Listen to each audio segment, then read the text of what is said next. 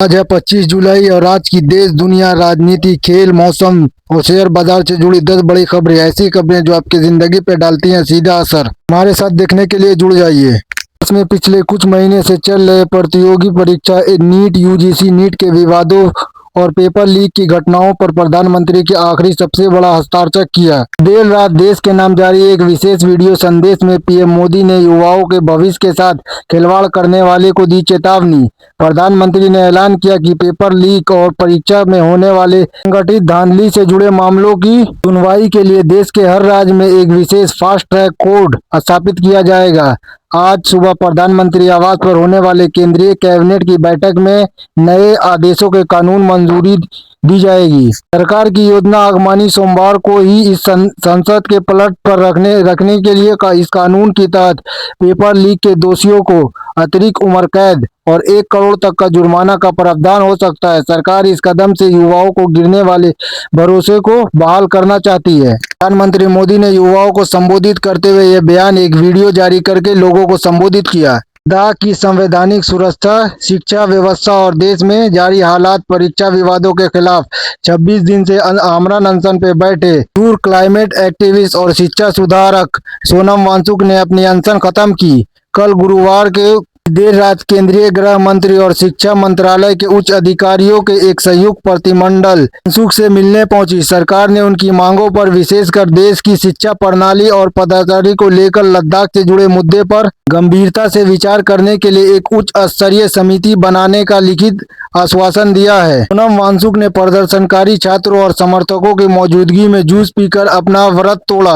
हालांकि उन्होंने साफ यह किया कि यदि सरकार ने तय समय के सीमा के भीतर अपने वादों पर पूरी नहीं किया तो वो देश के युवाओं के साथ मिलकर दोबारा सड़क पर उतरने के लिए मजबूर होंगे। कांग्रेस जनता पार्टी और विपक्षी गठबंधन ने पिछले दिनों दिल्ली और अन्य राज्यों में शांतिपूर्ण प्रदर्शन कर रहे छात्रों पर हुई कथित पुलिस लाठी और बर्बरता के खिलाफ आज 24 जुलाई को देश भर में शांतिपूर्ण विरोध प्रदर्शन का आह्वान लिया है। विपक्षी दलों का आरोप है कि सरकार युवाओं की आवाज को दबाने के लिए पुलिस बल का दुरुपयोग कर रही है। देश के प्रमुख राज्यों में राजधानी जिलों, मुख्यालयों और बड़े विश्वविद्यालय परिषद जैसे जेएनयू, डीएयू, बीएचयू में आज बड़े पैमाने पर धरने और रैली आयोजन किए जा रही है। कानून व्यवस्था बनाए रखने के लिए केंद्रीय गृह मंत्री और सभी राज्यों के पुलिस के महानिदेशक डीजीपी को अतिरिक्त सक्रिय बरतने का निर्देश दिया गया है। संवेदनशील इलाकों में रैपिड एक्शन फोर्स आरएएफ की टुकड़ी को भी तैनात कर दिया गया है। छात्रों और विपक्षी कार्यकर्ताओं द्वारा आज दिल्ली में संसद भवन और इंडिया गेट के घेराव को सूचनाओं के बाद राजधानी दिल्ली की पूरी तरह से सुरक्षा किलों में तब्दील कर दी गई। दिल्ली और सीमाओं से तैनात की गई दिल्ली मेट्रो रेलवे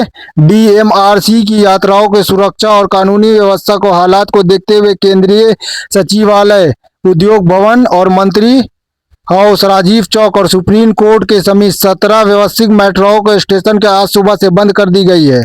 इन स्टेशनों पर ट्रेनों की आवाजाही तो होगी लेकिन यात्रियों को उतरने चढ़ने की अनुमति नहीं होगी। दिल्ली के सीमाओं सिंगू, गाजीपुर, कालेनी कुंज और टिकरी बॉर्डर पर कंक्रीट के बैरिकेड लगाकर हर आने जाने वाले वाहनों के साधन को चेकिंग की जा रही है। दिल्ली के आसपास के इलाकों में सुबह से लंबी ट्रैफिक देखा जा सकता है। सरकार ने राजधानी की सुरक्षा व्यवस्था को ध्यान में रखते हुए उठाया है ये कदम। में चल रहे मानसून सत्र में आज का दिन बेहद हंगामे वाला रहा। विपक्षी शिक्षा घोटालों के मामले में सरकार को घेरने के लिए सदनों लोकसभा और राज्यसभा में स्वागत लगाने की तैयारी की गई है। कांग्रेस, सपा, टीएमसी और वामपंथी दलों सहित पूरा विपक्ष केंद्रीय शिक्षा मंत्री धर्मेंद्र प्रधान के तत्काल और नैतिक इस्तीफा की मांग पे अड़ा है। विपक्षियों का कहना है कि जब तक शिक्षा मंत्री का इस्तीफा नहीं होता, सरकार इस जीपीसी जांच नहीं बैठालती, तब तक सदन की कार्रवाई नहीं चलने दी जाएगी। दूसरी तरफ भारतीय जनता पार्टी और उनके सहयोगी दलों ने